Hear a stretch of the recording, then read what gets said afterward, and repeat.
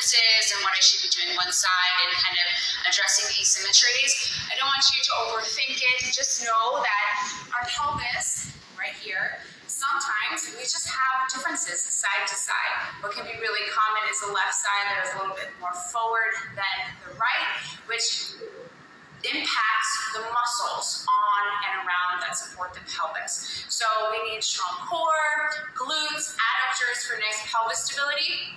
And when we do have muscles, maybe some more than others showing up in different ways, this impacts how our pelvis sits in our body. So for a lot of people, we like to favor that right side due to internal asymmetries. So what that might do is impact the musculature that supports the pelvis. And that's inherently why we want to be able to train both sides a little bit different.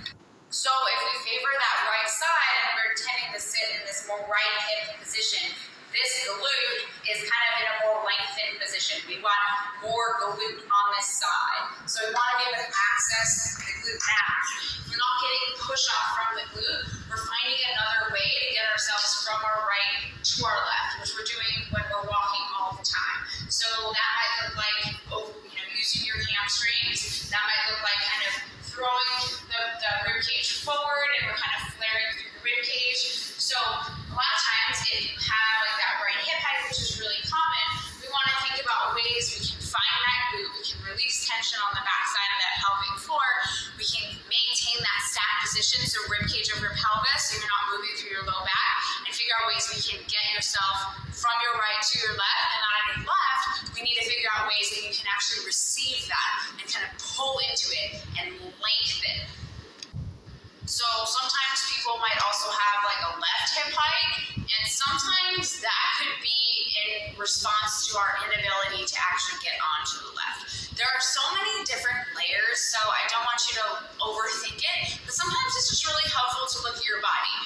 When I do a consultation or start working with a client, I have them send me videos and pictures that I look at ahead of time, so I have an idea of how this person moves. So going into the consultation, I'm already prepped, I already have their questionnaire, I already know how their body moves, so we can kind of get right to it. I incorporate a lot of education, a lot of breathing, a lot of experimentation. This could be new for you, it could be new for them, and kind of learning how to breathe and how to move your body and look at it from a new lens, which can be kind of crazy. With moms, there are usually like some big rocks I like to check off, one of which is just breathing, which is crazy, but can be really difficult. Hey guys, in today's post I talk about two scenarios for your hinge, one in which we kind of stand with our hip out to the side, one when we go to hinge and maybe this outside hip is a little hiked up and we're more turned towards that side. This can happen on both sides, but obviously there's one side where this may tend to be more common. So great strategy that I like to use for a lot of people is band and abduction. This might be sometimes more needed on the right side depending on your body.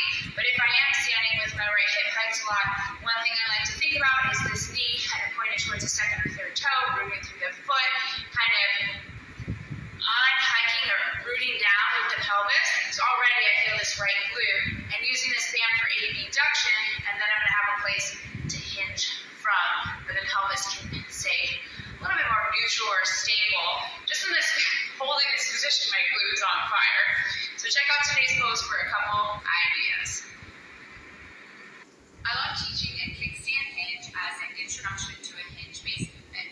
Starting off, from a pelvis stability standpoint, we need a nice balance of adductor, glute, and core strength to hinge and have some nice pelvis stability and strength for core and for happy hips. So when thinking about a hinge, I love a split stance hinge. And this will be a split stance hinge with abduction, or thinking about getting those inner thighs and adductors. Sometimes this will be more common on the left side for a need for a little bit more adductors. And what I want you to think about is those adductors almost help pull us into position. So if I'm going into a lunge, think of this adductor as pulling me over to that side. In a kickstand hinge, it might be helpful to add this abduction, sometimes more on that left side. If you go to hinge and you notice that your right hip is kind of hiked up a little bit, sometimes it can be helpful to think about almost pulling yourself over to that left side.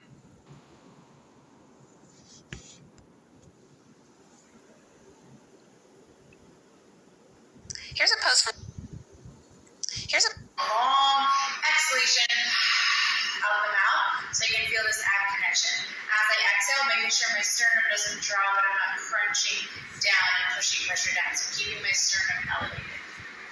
Inhale, reach. Exhale. I can stay on one side, or I can alternate. Sometimes staying on one side, just easier to focus on one versus the alternation. So I'm inhaling, dragging down, feeling my hamstrings. Exhale. Inhale, reach. Exhale. Inhale. Exhale. So feeling the side abs on the leg that's on the wall. Inhale. Exhale from the bottom. Deep connection. If I want to take this up. Hey guys, it's finally sunny out. About to pick up my kids, but on the story I just posted, so I had a client today. We were working through core base, like dead bug type exercise, and sometimes if you're having kind of trouble advancing to that two-leg tabletop position, what can really be helpful is kind of having like a wall or something that you can extend your leg to, or having like a reference point like I showed before where you're starting in that wall bridge, and kind of using the wall as like a launching pad can be really helpful for being able to kind of sense tension and kind of orient yourself in space. She found it really helpful for just being able to connect with the abs and maintain the ribs over pelvis connection. So I thought that might be helpful to share. You can also find the full length demo video on my YouTube.